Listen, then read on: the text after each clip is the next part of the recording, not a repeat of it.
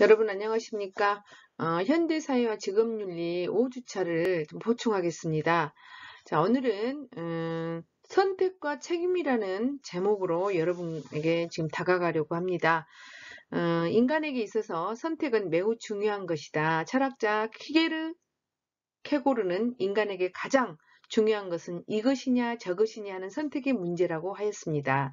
우리가 눈을 떠서부터 늦잠을 좀 더 잘까, 5분만 잘까, 아니 일어날까부터 시작해서 아침부터 우리는 눈 뜨자마자부터 시작해서 선택의 연속이라고 누누이 강조하고 있지요.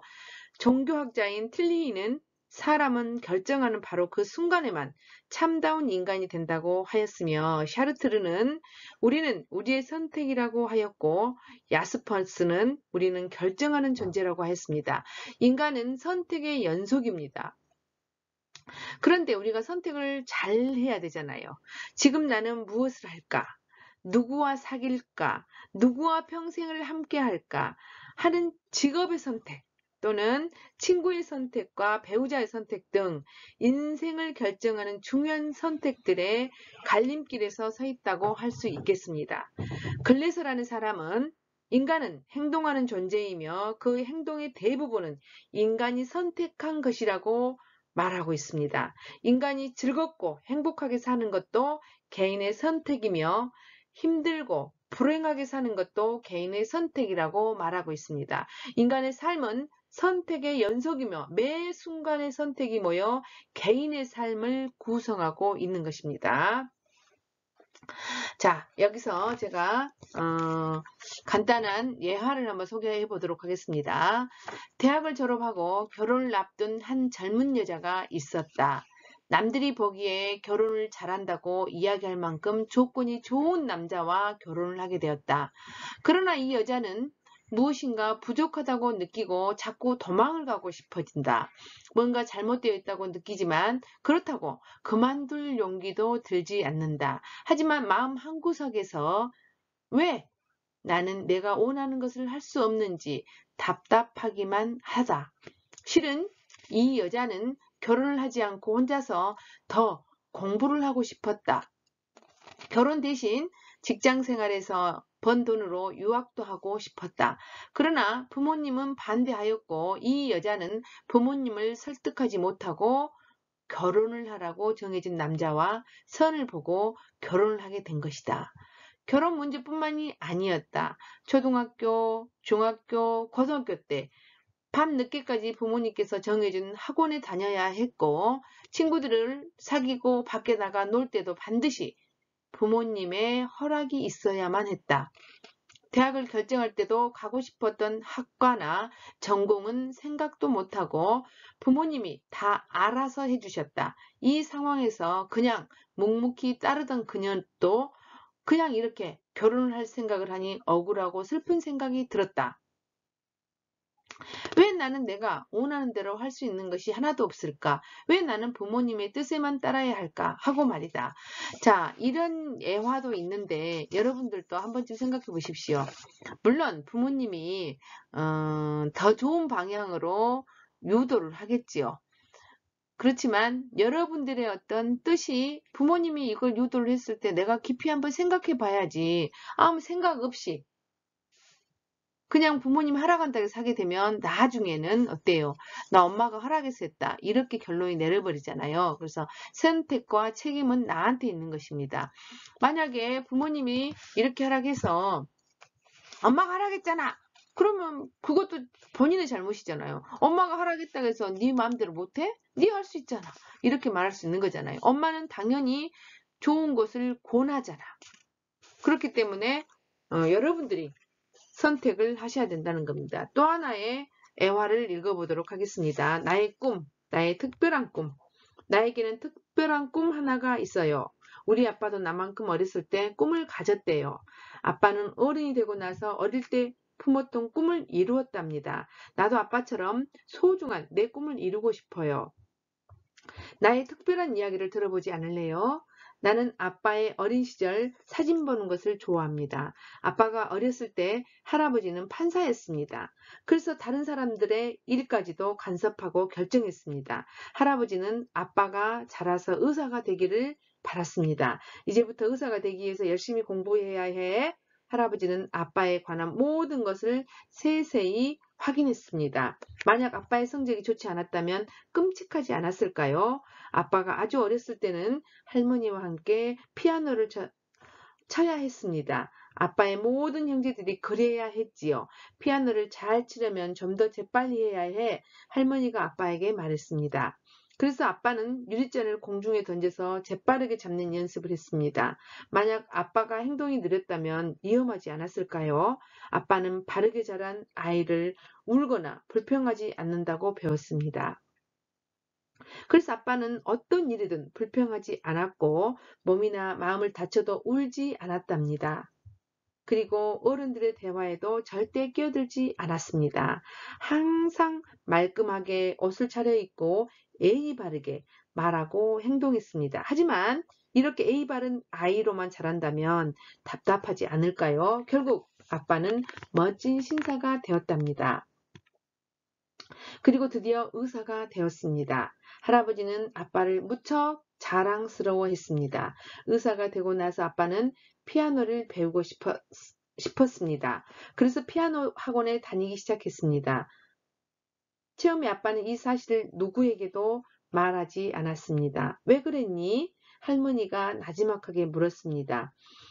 처음에 아빠는 이 사실을 어느 날 아빠는 의사를 그만두고 피아노 연주가가 되겠다고 선언했습니다. 할아버지는 무척 화가 났지만 교양 있게 자란 분이라 소리를 지르지는 않았습니다. 할아버지는 아빠에게 바보 같은 녀석이라고 말했습니다. 할머니는 아무 말도 하지 않았습니다. 할아버지는 아빠를 꾸짖으며 말했습니다. 지금처럼 의사로 살면 얼마나 편하게 사는데 의사로 살든지 아니면 당장 집을 나가거라. 결국 아빠는 집을 나왔습니다. 처음에는 모든 것이 쉽지 않았습니다. 그러나 아빠는 이미 엄마를 알고 있었습니다. 아빠는 할아버지, 할머니와 함께 있으면 행복하지 않았습니다. 하지만 엄마와 있으면 편안하고 행복했습니다.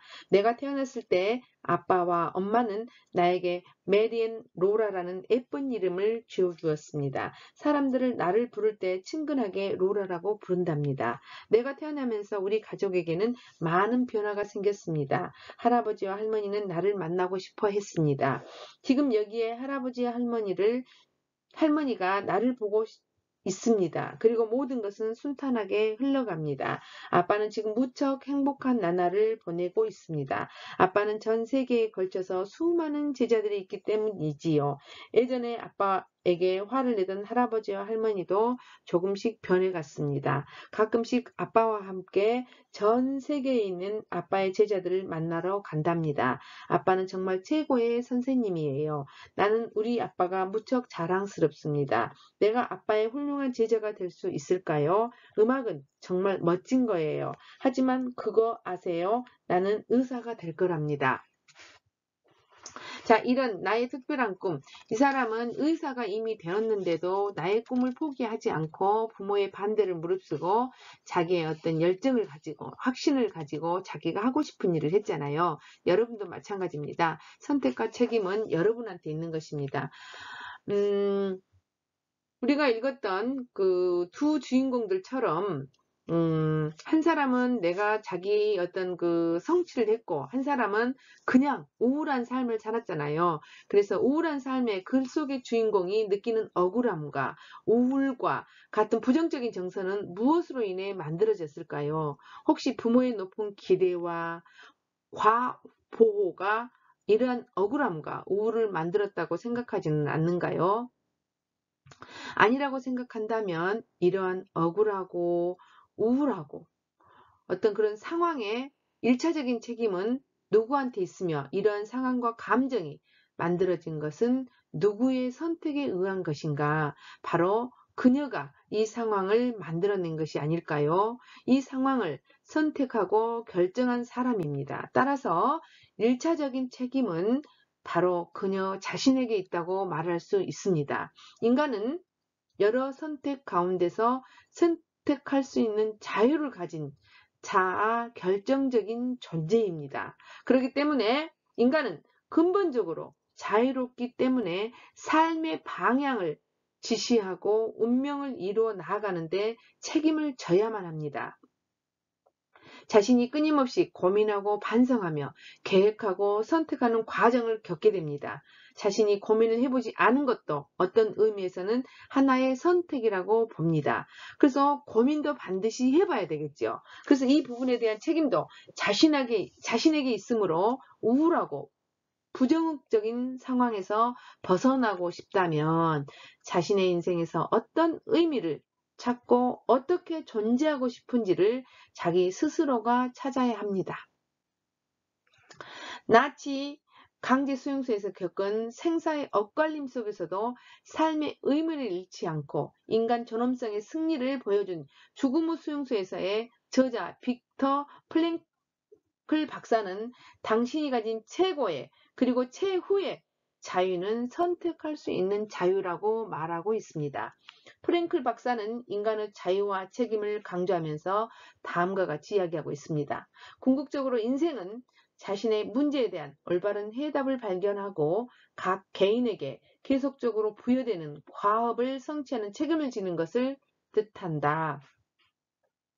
사람으로부터 빼앗을 수 없는 것은 그의 자유이다. 우리는 어떤 주어진 환경 내에서 적어도 우리의 태도를 선택할 수 있다. 우리는 우리가 이루려고 선택한 것을 이루어가는 자기 결정적인 존재이다. 선택하는 것으로 인해 우리는 우리 자신의 현재와 미래와 어떤 모든 것의 설계자이기도 합니다. 즉, 인간은 스스로의 선택과 결단으로 자신의 운명을 결정하고 자신의 존재를 개척해야만 합니다. 또한 개인은 그가 되고자 결심하는 대로 되기 때문에 그의 인생 행로에 대한 책임을 져야 합니다. 제가 여러분들한테 선택의 중요성을 지금까지 설명을 했지요. 그렇다면 우리가 다름을 이해를 한번 알아보도록 하겠습니다. 우리가 다름을 이해를 한다면 조금 이해의 폭이 좀 넓어집니다. 그래서 타인을 존중할 수 있습니다. 왜 쟤는 저러지? 이렇게 생각하지 않고 아, 쟤는 저렇구나. 저런 성격이었네. 저런 스타일이었네. 저런 특징을 갖고 있네. 라고 이해할 수 있습니다. 인간은 선택할 수 있는 자유를 지니고 있고 이 세상에는 다양한 선택의 길이 존재합니다. 동일한 선택의 상황이라 할지라도 지금까지 살아온 환경에서 형성된 가치관 및 사람마다 처한 상황과 욕구가 다양하기 때문에 그 결정은 제각각 다른 모습들로 나타납니다. 우리는 태어나서 다름을 배우며 살아갑니다. 쌍둥이도 하물며 다르잖아요. 나와 어머니의 존재가 다름을 인식하고 남자와 여자의 다름을 알아가며 나에게 따른 생각의 차이를 깨닫는 것이 무엇보다도 중요하겠지요. 지금은 남자 여자의 다름을 인정하지만 또한 양성평등을 인정하고 있잖아요. 서로 다름을 이해하려면 나 자신의 다름부터 발견해야 한다. 나는 누구이며 계속 여러분들한테 지금 보충 수업을 하면서 나 자신에 대한 내가 누구이고 나는 무엇을 원하고 어떤 행동을 갖고 있고 어떤 특성을 보이는 사람인가 한번 정의해보란 말을 많이 하지요. 이 정하다란 말은 여러 나에 대한 특징 중에서 여러 가지 성품이 있잖아요. 나의 어떤 성품들 중에서 정할 정자예요. 정의를 해보란 말은 정할 정자, 그 많은 특징 중에서 나라고 표현하는 것들을 조금 구체적으로 서너 개를 정해봐라. 그것이 나다. 내가 이렇게 평가하고 내가 이렇게 말하는 것입니다. 그래서 한번 나에 대해서 정해봐라. 정의를 한번 해봐라. 그런 의미로 지금 계속 여러분들한테 이 수업을 하고 있습니다. 서로 다르다는 것. 이것은 너무나 당연한 것이다. 다르고 행동하는 것도 다르다. 그러나 이로 인해 때로는 갈등이 벌어지기도 한다. 갈등이란 서로의 다름을 인정하지 못하고 나와 같은 방식, 획일화된 사고를 강요하기 때문에 생긴다. 다름을 인정을 한다면 갈등도 조금 줄어들 수 있겠잖아요. 그죠? 때때로 그 다양성에서 나타나는 서로의 중요함과 가치를 잊어버리고 다름을 인정하지 않으며 나만의 기준으로 남을 평가하게 되는 경우가 많이 있습니다. 이러한 문제는 대표적으로 남자와 여자의 성차에 있어서 뚜렷이 발견됩니다. 남자와 여자의 차별을 있을 수 없지만 본질적으로 그들의 성적 차이는 분명히 존재합니다. 다시 말하겠습니다. 남자와 여자는 타고날 때 내가 성을 결정해서 타고난 것은 아닙니다. 이거는 성이 갖고 있는 어떤 특별한 것이고요. 근데 그 남성이라고 표현하는 것은 그 사회학적으로 또는 문화적으로 너는 여성이니까 이렇게 해야 돼. 남성이니까 이래야 돼. 여성은 집안일을 도와야 되고 봉사와 헌신을 해야 돼. 남성은 부엌에 들어오면 안 돼. 이런 거는 누가 만들어 놨습니까? 문화가 만들어 놨잖아요. 사회가 만들어 놨잖아요. 다른 부족들은 또 그렇지 않습니다. 남자가 오히려 부엌 일을 하고 화장을 하고 여자가 밖에 나가서 일을 하고 이런 부족도 있습니다. 그렇기 때문에 여성이 하는 일, 역할이라는 것은 사회가 만들어진, 문화가 만들어진 이런 성의 역할입니다. 그렇기 때문에 남성, 여성은 성에 대한 어떤 타고나기를 그렇게 타고난 어떤 성적인 거 아니고는 문화가 만들어 놨다는 것입니다. 그래서 여러분들한테 강조합니다. 여성의 남성이라는 것은 특별하고요. 어떤 성적인 차별만 있을 뿐이지 다름이 있을 뿐이지 분명히 양성 평등으로 우리가 교육받아야 합니다. 물론 오엔시 시대부터 살았을 때를 생각해 보면 여성의 특징과 남성의 특징이 있습니다. 이거를 한번 보도록 하겠습니다. 존 그레이 박사의 화성에서 온 남자, 금성에서 온 여자에서 이야기하듯이 남자와 여자는 각자 다른 별에서 태어나 지구에서 만난 것만큼 그 차이가 크다 라고 말하고 있습니다. 남자는 목표 지향적이어서 목표를 위해 끊임없이 노력하고 이를 위해 희생시키면서 성공하고 노력에 집착한다는 겁니다.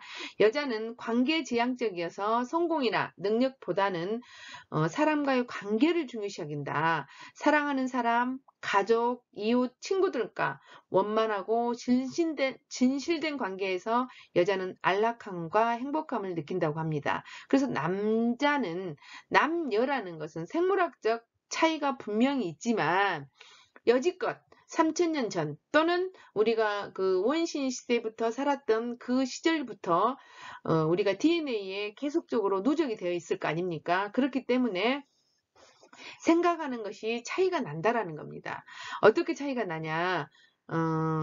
남자는 굉장히 그 의사 전달에 있어서도 간단 명료한 것을 원하고 여자는 가급적이면 그 사람들한테 설명을 해야 됩니다. 이런 식으로 남자와 여자는 좀 차이가 있다. 이렇게 이해하시면 되겠습니다. 그렇지만 지금은 남녀 모두 교육을 받고 문명의 시대를 살기 때문에 여자는 설명하는 사람이고 남자는 간단 명료하게 이야기하는 사람이다. 이렇게 우리가 또 간단하게 판단해서는 안 되겠죠.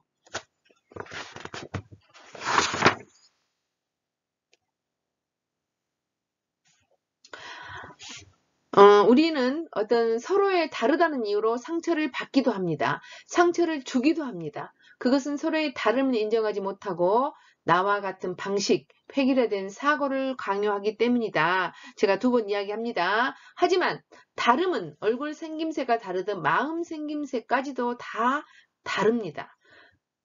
나쁜 것도 그런 것도 다 그것은 어떤 그 획일화된 생각 때문에 우리가 강요했을 뿐이지 다른 것일 뿐이지 나쁜 것도 그런 것도 좋은 것도 아니다고 말할 수 있습니다. 다름이란 종교전쟁과 같이 나와 다르다는 이유로 엄청난 갈등과 분쟁의 씨앗을 내포하기도 합니다. 인간이라는 것이 얼마나 웃기는 존재입니까? 몇천 년 동안 종교 하나로 몇천 년을 싸우고 있잖아요. 저는 그렇게 생각할 때 다름을 인정하지 않았기 때문이라고. 너는 너 종교, 너는 너 종교. 각자 인정하면 될 것을 그렇게 인정을 하지 않으니까 서로가 이렇게 전쟁을 하고 이런 사태까지 몇천 년 동안 이렇게 분쟁을 갖고 있지요. 반면에 나의 부족함을 채워주고 보완해주며 내가 가지지 못한 것을 가졌다는 것에 대한 묘한 환상과 매력을 보여주기도 합니다. 즉 서로의 가치와 소중함을 알면서 다름을 인정하고 수용할 수 있을 때 우리는 조화롭고 행복한 세상을 만들 수 있습니다. 다름을 즐거움과 행복을 만들어주는 매개체로 활용할 수 있겠지요.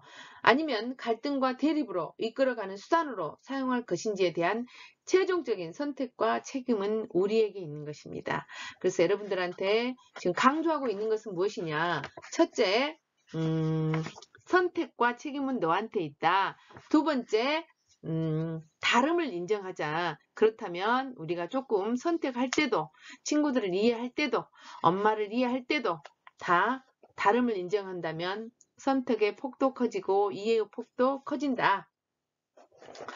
자, 여러분들한테 의사결정에 대해서 여러분들한테 한번 설명을 한번 해보랍니다. 자, 의사결정을 할 때는 가치 판단을 해야 될까, 사실 판단을 해야 될까, 두 가지 판단이 있습니다. 어떤 의사결정을 할 때 가치 판단이라는 것은 너의 가치하고 다른 사람의 가치가 다르잖아요. 그래서 다름을 인정할 때는 너는 그렇게 생각하고 나는 이렇게 생각할 수 있는 거잖아요. 가치가 다르기 때문에 이거를 가치 판단이라고 합니다.